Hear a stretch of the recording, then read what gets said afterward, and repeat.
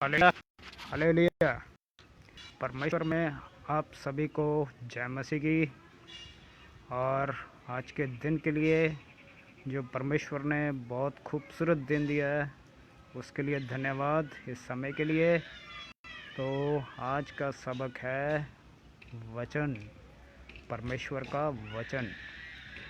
तो वचन ही है जो हमारे सभी कामों को और हमारे जो इस ज़मीन में हमारे लिए एक ठहराव दिया है।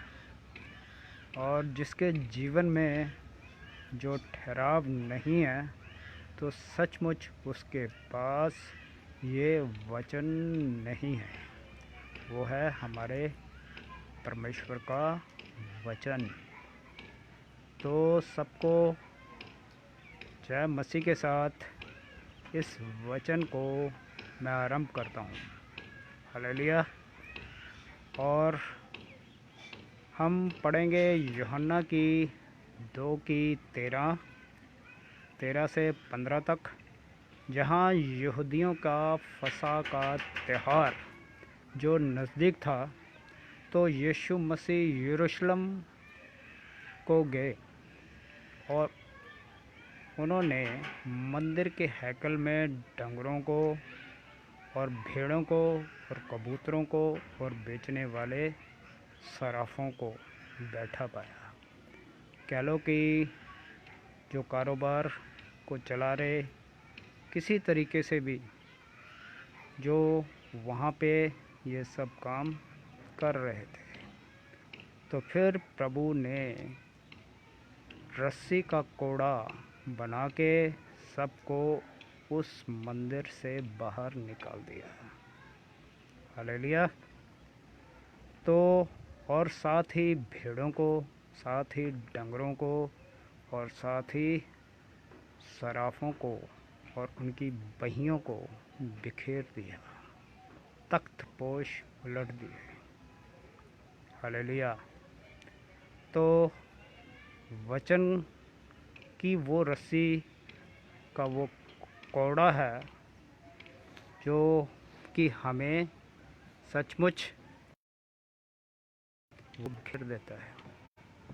वो हमें सिखाता है कि हमारे अंदर इन सब चीज़ों के साथ जो परमेश्वर वो सब बातें को कुछ बातें जो परमेश्वर को अच्छी हैं, जो उसमें हम परमेश्वर के धर्म के कामों को जो करते हैं तो सचमुच वो पसंद करता है। और वो रस्सी का कोड़ा ही है जो हमें सचमुच साफ करता है। हालेलुया। तो परमेश्वर का वचन हमें सिद्ध करता है और साबित करता है कि वो हमें प्यार करता है और हमें ताड़ता भी है। वो हमें सचमुच वो रस्सी का कोड़ा ही हमें बिखेर देता है। अगर वचन को गलत तरीके से लिया जाए तो यहूदा इस्करियोती की तरह वो रस्सी हमारे लिए एक फांसी का कारण भी बन जाता है। हालेलुया। तो परमेश्वर को हमें बिल्कुल खराई के साथ और सच्चाई के साथ, उसकी आत्मा के साथ, जो हमारी आत्मा भी प्रसन्न हो जाए कि सचमुच हमने परमेश्वर के लिए ही और उसके धर्म के कामों के साथ जो कि परमेश्वर को अच्छा लगे। हालेलुया। तो हम उसकी अगली आयत निकालते हैं मरकुस का 2 अध्याय और 1 से 5 तक पढ़ेंगे, जहाँ अधरंगी रोगी के बारे में, जहाँ कि वो परमेश्वर ने उसे चंगा किया, उस सप्त के बादशाह ने, राजा ने और हमारे बादशाह ने। हालेलुया। तो जहाँ परमेश्वर ने अधरंगी रोगी को अच्छा किया, तो किस तरह किया हम पढ़ते हैं। कितने ही दिनों के बाद वो कफरनहूम में फिर आया, जहाँ वो घर में लोगों की भीड़, दरवाजे के आगे भी जहाँ जगह नहीं थी, वहाँ प्रभु जी उनको वचन सुना रहे थे। और वहाँ एक अधरंगी रोगी, चार आदमी जो उसे उठाकर उसके पास लाए, और वो जो भीड़ कर उसके पास नहीं पहुंच सके, तो फिर उसको ऊपर ही जो उसकी मंजी को जिस पर अधरंगी पड़ा था, उसे उस छत से उतार दिया।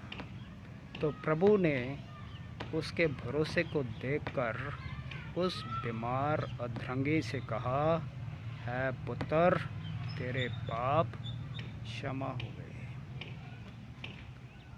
सचमुच वो अधरंगी नहीं, बल्कि जो चार उसकी जो मदद के लिए जो इतनी तकलीफ़ से उसको लेकर आए, तो वो भी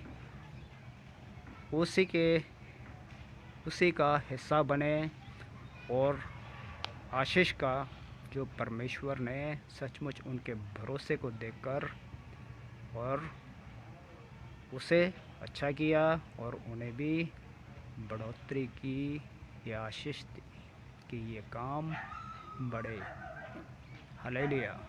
सचमुच वो वचन ही है जो सही तरीके से, अगर वचन को ग्रहण किया जाए, उस अकेले को नहीं, बल्कि वो चार जन जो हमें भरोसा, मजबूत और धीरजता, और चौथा है हमारा जीवन, अगर ये चार रस्सियाँ मिल जाए तो सचमुच हमारे अंदर वो दृढ़ता से, उसको मजबूती से, उसको वहाँ तक तो वो चार पहुँचेंगे, और वो रोगी भी अच्छा होगा, और चार भी उससे दलेर हो जाएंगे। दलेरी जो कि उसकी गवाही होगी, और उसकी गवाही के कारण ही उनमें और भी उत्साह बढ़ जाएगा। हालेलुया। तो सचमुच हमें परमेश्वर इसी तरह, जो कि उसका मकसद है, हमें अपने वचन के साथ बनाए रखता है।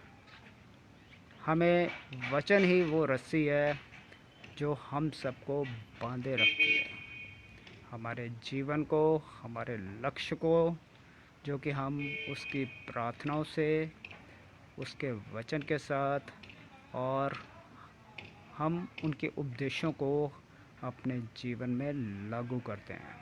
हालेलुया। तो परमेश्वर का ये वचन आपके लिए ये गुणकारी साबित है, और साबित करता है इस आखिरी वचन के साथ। मैं ये पढ़ना चाहूँगा 2 कुरिन्थियस 5:1। जो स्वर्गीय घर है वो हमारे मेल मिलाप की सेवा है, सच्ची सेवा जो उस चार आदमियों ने किया। तो सचमुच वो दलेरी का कारण जो हमारे लिए इस वचन में एक अनोखी मिसाल देता है कि हमें परमेश्वर के वचन से दूर नहीं, उसके पास जाने में है, जहाँ भीड़ उन्हें रोक रही है, पर उनका उत्साह कम नहीं हुआ। हालेलुया।